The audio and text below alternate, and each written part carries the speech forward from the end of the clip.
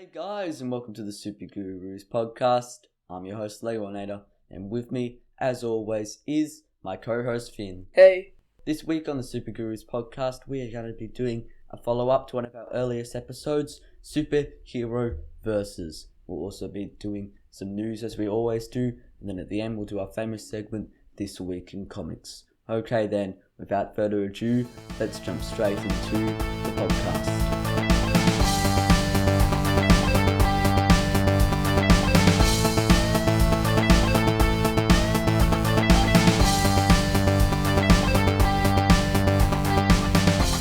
Okay, so my first bit of news is that Ben Affleck has confirmed he is directing the Batman movie. So there was speculation that he wouldn't have been directing it, and it was a bit up in the air for a sec. He is now directing the Batman movie. Well, he was always directing the Batman movie. Well, I think there was a period where he was unsure about it, but... Oh no, I think he was just... a reporter quoted him wrong. Dude, it was rumours. It was, a source of a source of a source, you know? Oh, fair enough. The media always gets lots of things wrong. Yeah, I think it's just people throwing their arms up in the air for nothing. But I guess it's good that he's directing the Batman movie, but we always knew he was directing the Batman movie, so nothing's changed. Yeah, cool. Okay, well, I've got another segue to another piece of Batman news. LA will double for Gotham in The Batman. Okay, cool. So that's interesting. Apparently, Detroit doubled for Gotham in Batman vs. Superman, and I'm pretty sure it was, I don't remember, but some Chicago doubled for Gotham in The Dark Knight.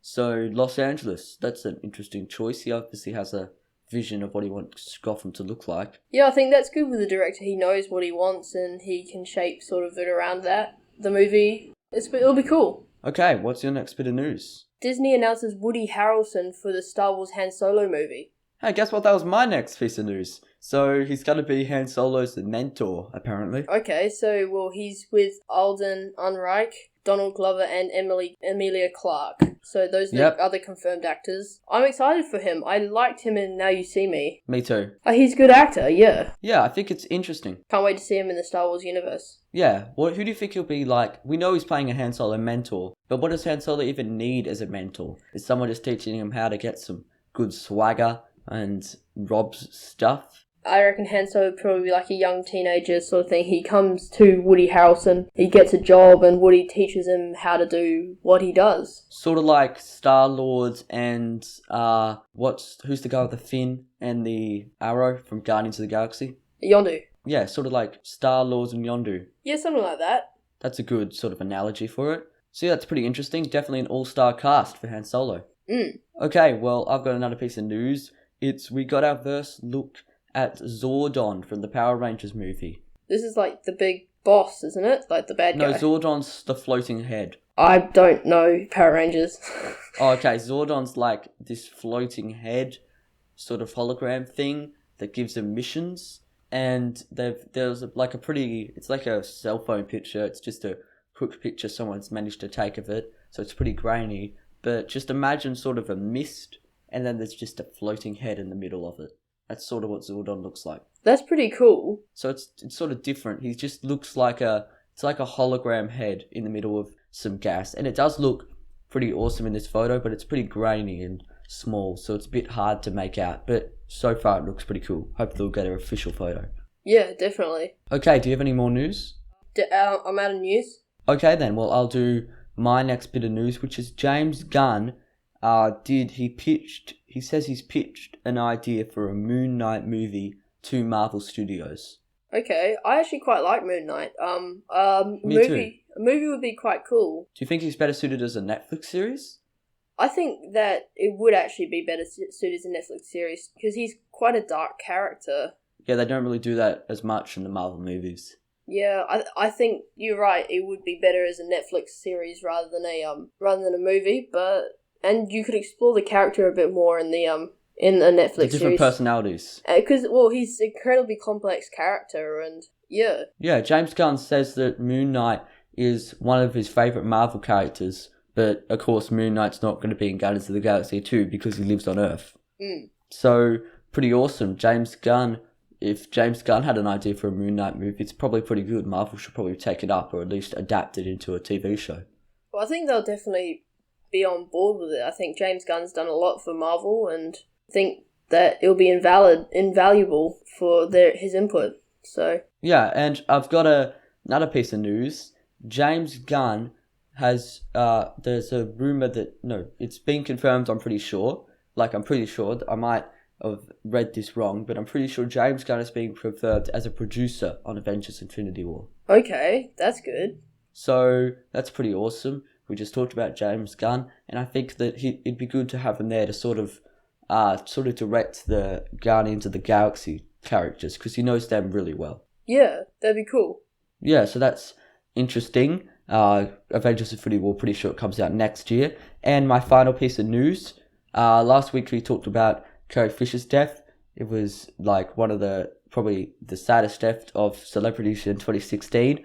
But now there's been a news that Disney will probably get a $50 million insurance paycheck for the death of Carrie Fisher, because apparently they took out insurance, like actor insurance, on all the 3 old leads, and as Carrie Fisher's died, they're probably going to get their paycheck for $50 million. So who knows what they're going to use it on? CG Carrie Fisher? Yeah, maybe. I think they'd spend a fair bit of it on paying the people to come back, to rewrite and stuff. Well, it depends sort of like on how number 8 goes, and whether General Leia is sort of integral to this storyline in number 9 as well. In that sort of regard. Yeah, but $50 million, that's a lot of money. It's a lot of money. Like, that's a serious insurance paycheck. Imagine having $50 million. What you could do with that. Oh, yeah. I'd buy a lot of better YouTube equipment. Okay, then. Well, that's it for our news. And now we're going to go on to our main content, which this week is superheroes versus. So back all the way at episode 3, back when me and Finn had worse mics and didn't really edit the podcast and weren't that good, we did a superhero versus. Now, I'd like to think we're better, and we're gonna do another superhero versus. So me and Finn both have 10 people who will verse off against each other, and here's the rules, okay? So 2 characters are teleported into an abandoned city with their typical loadout. There are no vehicles and no calling for backup, e.g. Batman is just there with his utility belt.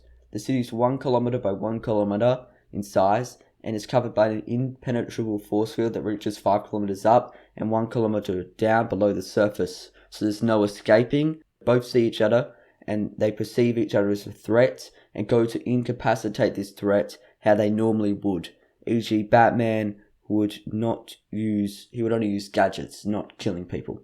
Yeah, that's acceptable rules. And you win by incapacitating the person however you would. So like Punisher would shoot you while Batman would handcuff you. So you clear on the rules, Finn? I'm clear on those. Okay. Sounds good. Let's jump in then. So I'll start us off with my first battle. I've got from all the way from the Lord of the Rings to Star Wars, I've got Sauron in physical form versus Darth Vader. Who do you think would win? Oh, okay. Sauron, Darth Vader.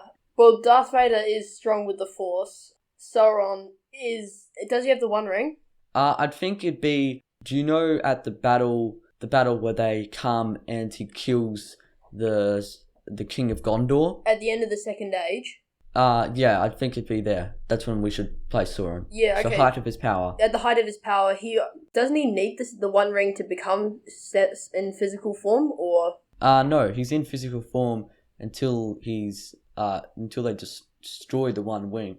Like, until they take the One Ring away from him. Oh, okay. Because he, bonds with the One Ring, and it, becomes part of him, basically. Okay, so he's definitely got the One Ring. He's all-powerful. He's crazy big. Who do you think would win? Darth Vader? I think Darth Vader would probably maybe use, some force to jump up and try and hack him from the top.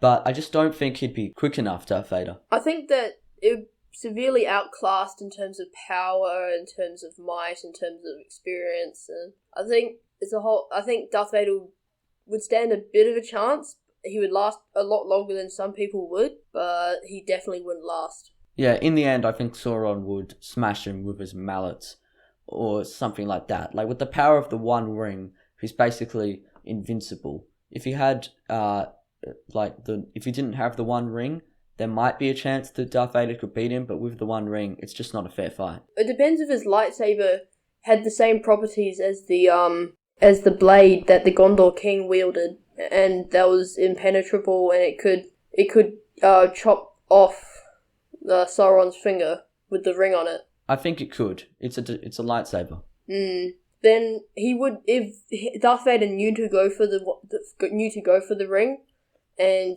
that was his sole intention, and I reckon he might be able to do it, but I'm gonna say it's probably gonna have to come down to Sauron, because I don't think Darth Vader is gonna figure out in time what to do. Definitely, with prior knowledge, he would be able to do it, but they just teleported in. Yeah. So Sauron there. Finn, what's your next one? What's your first battle? So my first one is Ultron versus Brainiac. This one is pretty interesting. I'm going to say straight off, I think Ultron would win. Brainiac's really is just a guy without his ships and all his gadgets and... Well, he'd have his gadgets, but he wouldn't have his main ship, the one that's the brain with all the tentacles. I think that's his main thing. He does sort of depend on his, his creations, his mechanizations, and Ultron is capable of wreaking havoc just with his body. I think that he would take down Brainiac pretty quickly. Yeah, me too. Without Brainiac's sort of shrink ray and that's in his ship and all that stuff, I don't think he's just a guy, and Ultron would easily just destroy a guy, so Ultron. Yeah, definitely Ultron. What's your next one? My next one is Harry Potter versus Darth Maul. So this is a bit of an odd one, but I thought of it. So, Harry Potter, Darth Maul. Who do you think would win? Harry Potter at the end of Book 7. At the end of Book 7, so he's not like one of those little fresh kids that... I think it would be quite close. Darth Maul... Harry Potter would have the reach and he would be able to block and sort of take his time. Darth Maul would sort of have... He didn't really seem to have that much prowess with the Force when we saw him in number 1, did he? No, but he's a very good fighter. I think he'll be doing a lot of flips, jumping around and trying to hit Harry Potter, but I think Harry Potter would block most of his lightsaber blasts. But I think Darth Maul would be putting a lot of pressure on him, and maybe Harry Potter would be able to get the upper hand, but I think he'd have to be quick. I think that Harry Potter would have to actually back off Darth Maul and sort of take him from a range. He wouldn't be able to he wouldn't be able to come in close quarters where he would just get absolutely destroyed. He would have to take it back and sort of take pot shots and snipe at him and wait for the opening. Do you think Harry Potter would have the guts to kill Darth Maul? Or do you think that he's just going to try and maybe Expelliarmus Darth Maul, knock him out, but Darth Maul's just going to get back up? I think Stupefy... Depends how well that Darth Maul responds to the magic. I mean, we don't know if becoming a Sith grants you sort of immunities to that magic or whatever. So maybe Harry Potter only needs to land one Stupefy on Darth Maul and that's it. But if Darth Maul can somehow bust through the Stupefy or something, then yeah, I'm gonna say it's gonna be pretty close, but Harry Potter. I think that Harry Potter could do it. Yeah, it would be close, very close. Okay, well then, who's your next one, Finn? Who's your next fight? Well, Captain America versus Captain Kirk. I'm gonna say Captain America, because Captain Kirk would really just have his blaster, and he's nothing without his crew. He's still pretty resourceful, and he's still pretty smart. Then again, Captain America is like a one-man army. He is one. They both are pretty smart, pretty resourceful, but I think Captain America with his enhancements and his shield and probably be better off. Yeah, me too. I think they both teleported and Captain America would just do a quick throw of the shields, and I think Captain Kirk would try and block it, but he'd be hit down too fast, before he even has time to react. I think he'd be worn down way too quickly, especially with Captain America's sort of enhanced physiology. Yeah, definitely. I think that maybe if he had his crew, they could easily beat him, but just him, he's the goner. Yeah. I've got another Star Trek one. I have the man himself, Spock, versus Lando. Is this Orlando from Star Wars 5? Yeah, this is Lando Calrissian. Okay. I'm going to say Spock. He's just so smart. He is incredibly smart and resourceful. He would, I think, overpower Orlando, definitely. I think Lando would be good at hiding, like we know Lando, we don't ever see Lando doing any fighting. I'd assume he'd be alright, but I also would assume that he'd be very good at sort of hiding, because I think that'd be his one advantage against Spock. Well, I think Spock would be able to predict sort of like his patterns and the way he moved and the way he would think, and yeah, Spock would win. Spock would win. And Spock's like ninja, isn't he? Basically? Yeah, Spock's really good at fighting. Spock's sort of like the perfect fighter, and he's great for Starfleet, so Spock. Definitely Spock. My next one is Rorschach versus Moon Knight. Do you mean Rorschach? Rorschach, yeah. I'm gonna say, actually, this is a close one. It is a close one. They're very, very similar. I think Rorschach is even more brutal than Moon Knight, because having read Watchmen, he will just go all out at you. I think Moon Knight does have some boundaries, and he was sort of limited by the phases of the moon and stuff like that, so I think that Rorschach is just all round more messed up. Yeah, I think Rorschach will just go at him. He would just be just at him, just punching him, just using any of the environment, smashing bricks on his head. I think that just, in the end, it's very close, but I think that Rorschach will just be able to overpower Moon Knight. Definitely, I think that it would be a very close fight. Moon Knight's pretty good, but I think Rorschach just has more determination, and he'll just fight until it's over. Definitely. Then we'll give so it to Rorschach. Rorschach there. What's your fourth one? I've got, for my fourth one, Wolverine versus Predator. So two clawed characters. Straight off the bat, who do you think would win? I'm going to say Wolverine, just because of the healing factor. Healing factor, and sort of, he's got experience, and he's just an all-round beast. The Predators are good. Yeah. Like, they work, but I'm pretty sure that against Wolverine, even the Predator couldn't beat him. Because the Predator, he's good. He's fast, he's strong, he can take down a whole troop of army men by himself. But against a healing factor just beast, Wolverine, he just stands no chance. Definitely. Wolverine all the way. Wolverine hands down. Yep. Who's your next one? Okay, so I've got Battle of the Apes next. Beast versus Grodd. I'd say they're both equally matched on brains. They're both extremely smart apes. And if you take that away, I think that Gorilla Grodd would win. Because Beast, he's strong, but Gorilla Grodd is just massive. I would argue that Beast would actually be smarter than Grodd. Because Grodd, he has experience and from like ancestral stuff. But depending on whether he's got the Speed Force with him or not, I think that Beast would actually have the upper hand in terms of brains. But I think definitely that Grodd would overpower him in terms of strength, even though Beast is incredibly strong. I think that somehow Beast would find some way to trick Grodd, just somehow into falling into a trap in some building. Maybe he's like set the roof to fall down or something like that. And I think in the end, Beast would do like running, trying not to face Grodd one-on-one, and then eventually figure out how to defeat him. I think Grodd would be a bit more rash and a bit more sort of try get out there, get going really quickly and sort of rush into things. That's just the way I'm thinking about it. It would be close. I would actually have to give it to Beast though. Yeah, me too. Next up, I have two small characters. I've got R2-D2 versus the extraterrestrial E.T.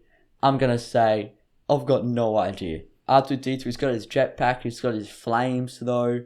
Well, E.T., what do you even think E.T.'s powers are? I don't even know. We don't know, like, even what he is and what he can do and whether he's willing to incapacitate someone. Yeah. Will he be able to do that, or...? I don't know. He has that sort of glowing finger that does something, but we never really see him do any fighting at all. And I think R2-D2 will just do that jetpack and then just bring out the flamethrower. You know how he has that? Yeah. Just bring out the flamethrower. I would think that E.T. would be pretty helpless, to be honest. I mean, he has to get the kid to put him in the basket and bike around with him. Yeah. R2-D2. R2-D2. I think, though, if in hindsight, you probably should have sent like something like BB-8 or something. Oh, yeah. But E.T. is just fun. Okay. E.T.'s just fun. Okay, who's next for you, Finn? Okay, so I've got Gambit versus Mysterio. So two magicians. I'm going to say Gambit. Mysterio needs to, like, set up, like, an area. You know, he needs to set up a bunch of gas protectors and sort of lights and other stuff like that, well, Gambit could just jump straight into the fight. I think Gambit would come straight in with his... He would have his tricks loaded up, and he would be able to just straight up overpower him if he came straight up at Mysterio. Given time, though, I think it would be a bit more even. Yeah, but this is just straight away. I think Gambit would just go in, or even without thinking, throw a couple of cards at Mysterio. Mysterio wouldn't have time and just be taken down. Yeah, Gambit. So, Gambit there. Okay, I've got two nuclear-powered people. I've got Sentry versus Captain Atom. So the power of 1,000,000 exploding suns versus the power of 10 nuclear bombs. Okay. I'm going to say Sentry. He's the most powerful character in the Marvel universe. Yeah. He's just incredibly powerful. But do you think that he might crack under the pressure? Because we know he suffers a lot of psychological issues. I think Sentry, he's very powerful indeed. Captain Atom might be able to exploit some things in him. It would be quite close, I reckon. Me too. They're both extremely powerful heroes. But I think that Sentry... I think it could go two ways. Either Sentry just straight away fights Captain Atom and manages to take him down, or Captain Atom is like fighting Sentry and then Sentry just cracks under the pressure. Like his psychology just breaks, and Captain Atom manages to defeat him.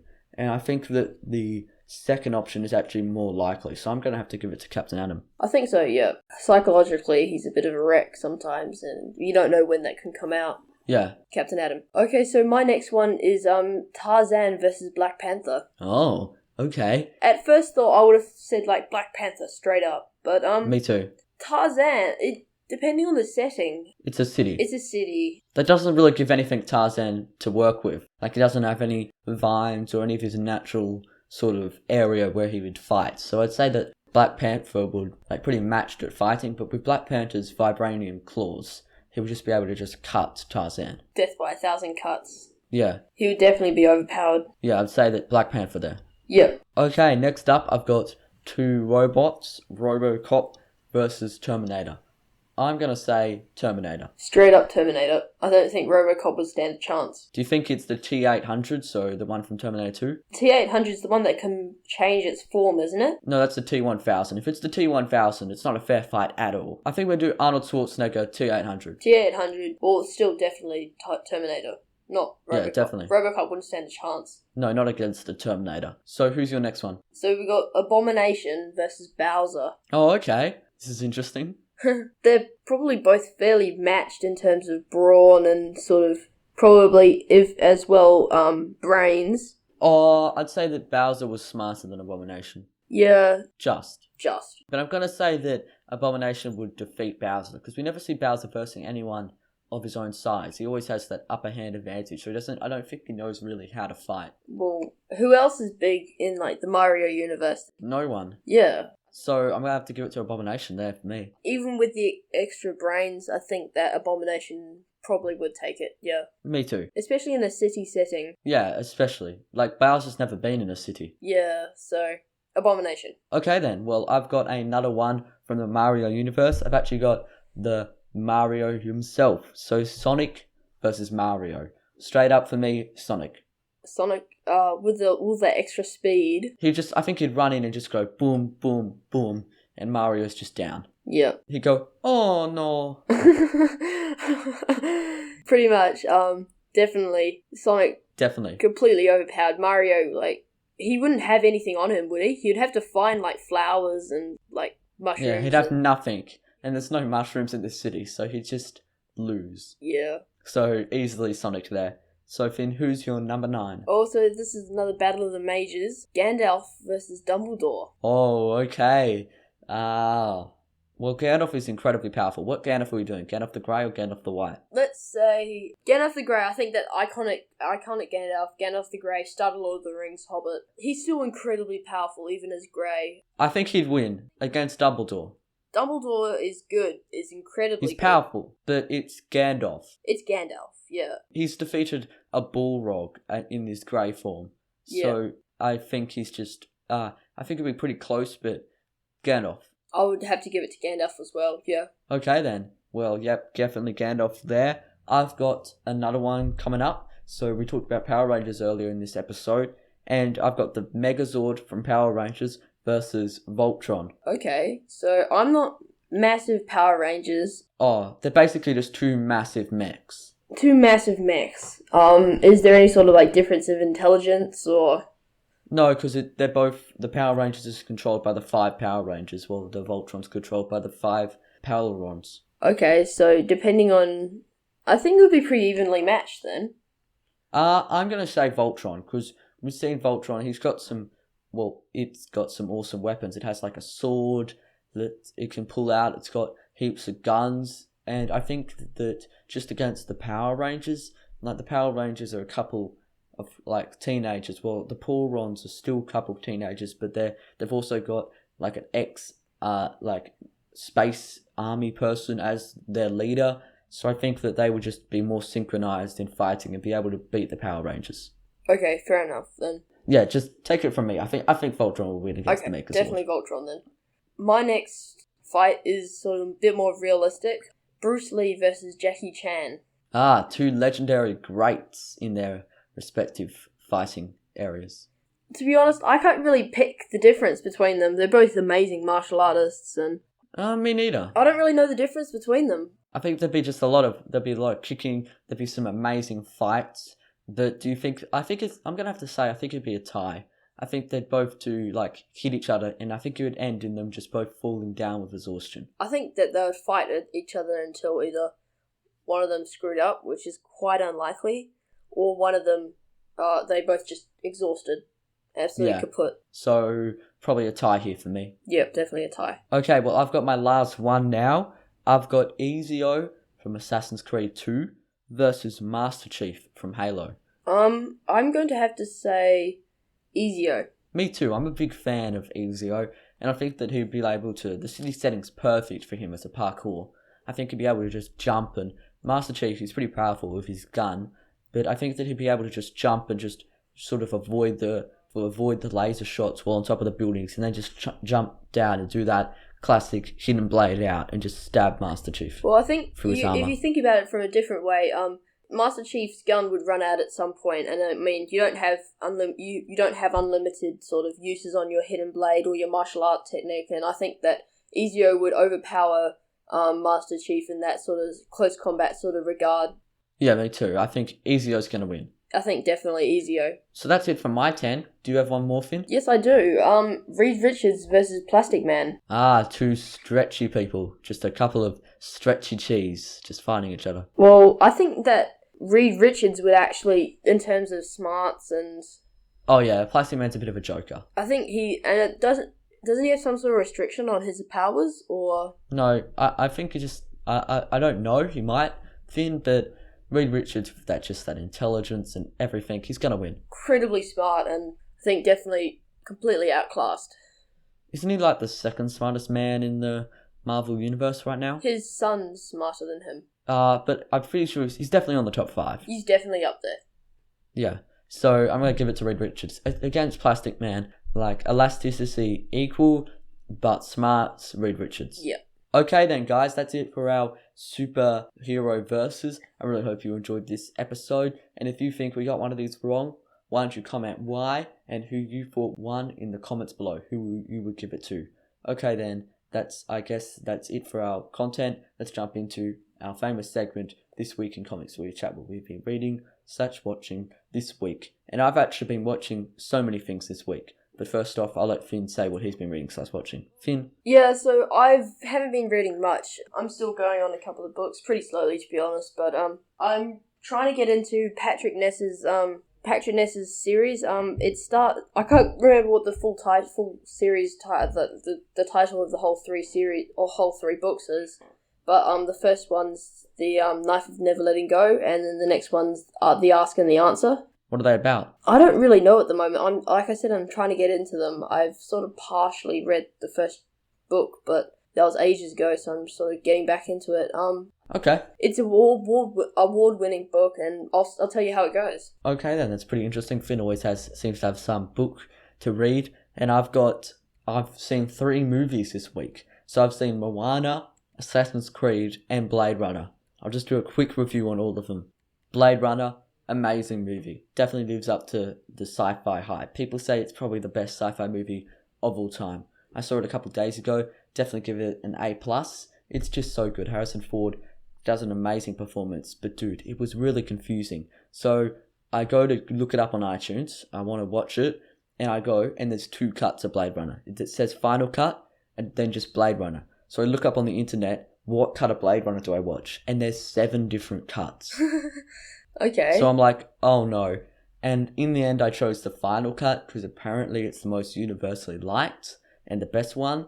So, and I definitely enjoyed it. Blade Runner is definitely an amazing movie, and I think that I'm now even more excited for Blade Runner 2049. Okay, so that's definitely on my watch list. I might watch it a bit close to when Blade Runner 2049 comes out, but that's just me, I think. Yeah, it's an amazing movie. And then next up, I saw what I thought was actually another amazing movie, Moana. And I'm going to say, I really liked this film. It was surprisingly good. I'm probably going to give it an A. It's a really good Disney movie. I like the plot. The Rock does a great performance as Maori, and believe it or not, the songs in this that they have, I actually enjoyed them, and I found myself a couple of days later still humming along to the songs because they're just so catchy. Yeah, I think I wasn't too hyped about Moana. I think it wouldn't definitely not be my first choice of going to see it as a movie. I just saw it with my family over the holidays. Yeah. So I just thought I'd come along, and I actually really enjoyed it. But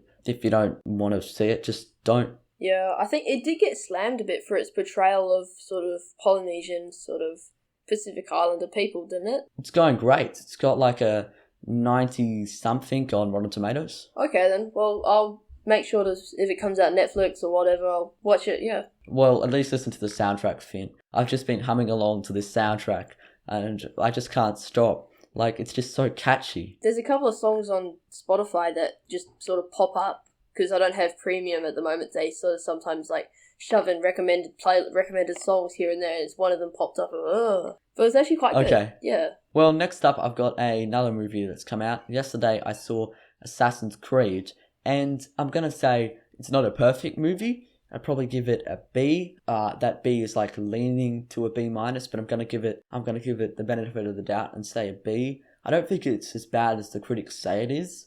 The critics have been giving it just horrible scores. I don't think it's that bad. Sure, it's not perfect, but there's some pretty awesome action. And if you know the Assassin's Creed games, and if you've played a couple of them, then it's sort of, especially number 1, then it sort of makes a bit more sense. There's a lot of expedition, and I think that it will definitely work well if there's a sequel. But if you know some of the stuff in the games, you sort of understand the expedition more because you know what's going on. Okay, I wasn't too hyped about it. I mean, comic book games and everything. Yeah. Games going into movies sort of thing. I don't think it's perfected that, but I'd say that it's at least enjoyable to watch. Okay, well, I might check it out. I'll see how it goes. I think it's a good, popcorn movie.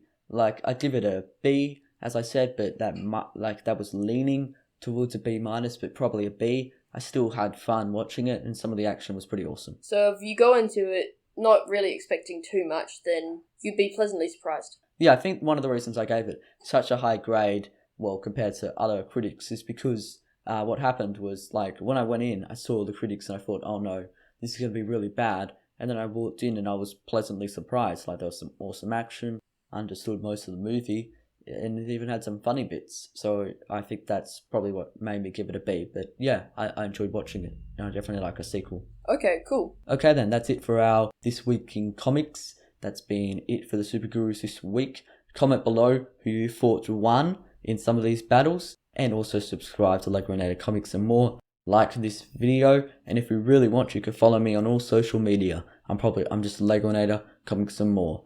Okay then, guys. Finn, is there anything you want to say? Have fun watching, and hope you check out some of our old podcasts, and stay tuned for the new ones. Okay then, guys. That's it for this week's episode. See you next week. Legoinator out. Bye.